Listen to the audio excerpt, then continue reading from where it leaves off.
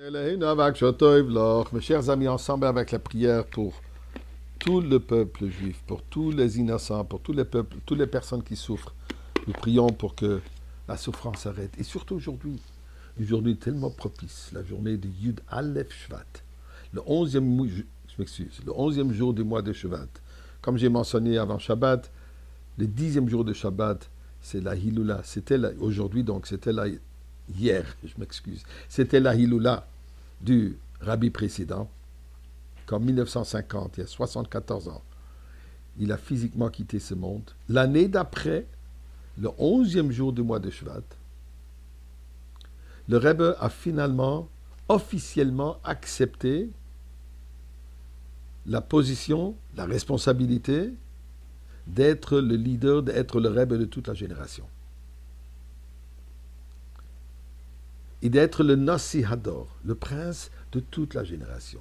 Pas seulement le Rebbe de Chabad, pas seulement le Rebbe du mouvement Chabad. Le Rebbe ne se voit pas comme responsable juste pour le mouvement Chabad. Le Rebbe se voit comme Moshe Rabbeinu, qui est responsable pour chacun, sans exception. Adhère au mouvement, n'adhère pas au mouvement, me considère son Rebbe, ne me considère pas son Rebbe. Sa responsabilité, c'est de penser au bien de chacun. Eh bien, une petite histoire là-dessus. Un shliach, Chassid Chabad, voisin d'un Talmid Chacham, un érudit, mais qui fait part du mouvement lituanien. Le mouvement lituanien, en tout cas à cette époque, quand cette histoire s'est avérée, n'était pas très, disons, très pro-Chabad, pour le mettre d'une manière très poliment. Un jour, ce voisin, il y a un respect mutuel, ils habitent dans le même immeuble, de différents appartements, ils se rencontrent dans les escaliers, etc. Toujours respectueux, mais vraiment froid. Un jour, ce Lituanien frappe à la porte du chassid. Il lui dit, écoute, je voudrais commencer à étudier la chassidoute. Le Tanya, ou peu importe ce que toi tu vas me dire que je devrais étudier. Le shliach, le chabadnik, il est surpris. Mais qu'est-ce qu'il y a? Qu'est-ce qui se passe? Il doit avoir une raison. C'est quoi la raison? Il dit, mais je vais te dire la raison. Il y a quelques jours, je devais faire le babysit pour ma petite de 5 ans. Je l'ai accompagnée en bas dans le jardin de l'immeuble.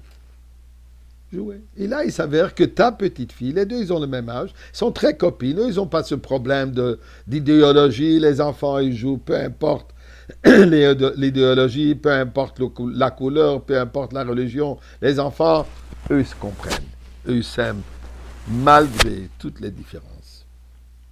Et là, ils jouent ensemble et j'ai pas de problème avec. Mais là, j'entends une discussion très philosophique entre ces deux petites de 5 ans. Et j'entends ma petite dire à ta petite. Elle lui dit, tu sais, le rabbin de mon père, il n'apprécie pas, il n'aime pas le rabbin de ton père. Moi, je suis choqué.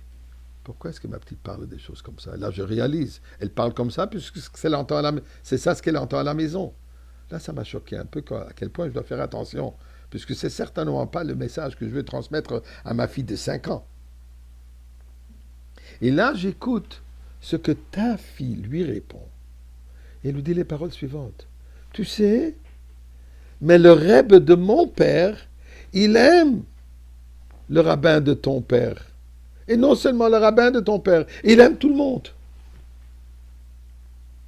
Là, j'ai réalisé quelle erreur j'ai faite. Eh bien, il dit à son voisin chassid, je veux commencer à étudier la chassidoute. Et c'est exactement ça. L'amour du Rebbe est infini à tout le monde. Et d'ailleurs, dans le premier Mahamar, le premier discours qu'il a prononcé quand il est devenu Rebbe, donc comme je disais, le 11e jour du mois de Shvat, dans ce discours, il met l'accent sur l'importance de Ahavat Israël, de l'amour du prochain. Et il rapporte des histoires de tous les rabbins, depuis le Alter Rebbe, le Mittel Rebbe, et ainsi de suite, comme chacun a éprouvé un amour absolu pour le prochain. Et ça, c'est notre devoir de notre génération. Il y a Avat Hashem, Avat Torah, Avat Israël. L'amour de Dieu, l'amour de la Torah et l'amour d'Israël, l'amour du prochain. Ceci, il nous dit, va nous amener la Géoula. Et puisque nous sommes la génération, la 7e génération, telle que la génération de Moshe Rabbeinu, qui était la 7e depuis Abraham Avinu, c'est à ce moment où Dieu s'est manifesté dans le monde, c'est notre génération où Mashiach va se manifester dans ce monde. Donc, mes chers amis, encore un peu d'Avat Hashem, Avat Torah et surtout Avat Israël, et nous allons mériter de voir le Rebbe Melech HaMashiach nous délivrer, nous amener à Yerushalayim dans le Beth Amikdash. Espérons encore aujourd'hui même.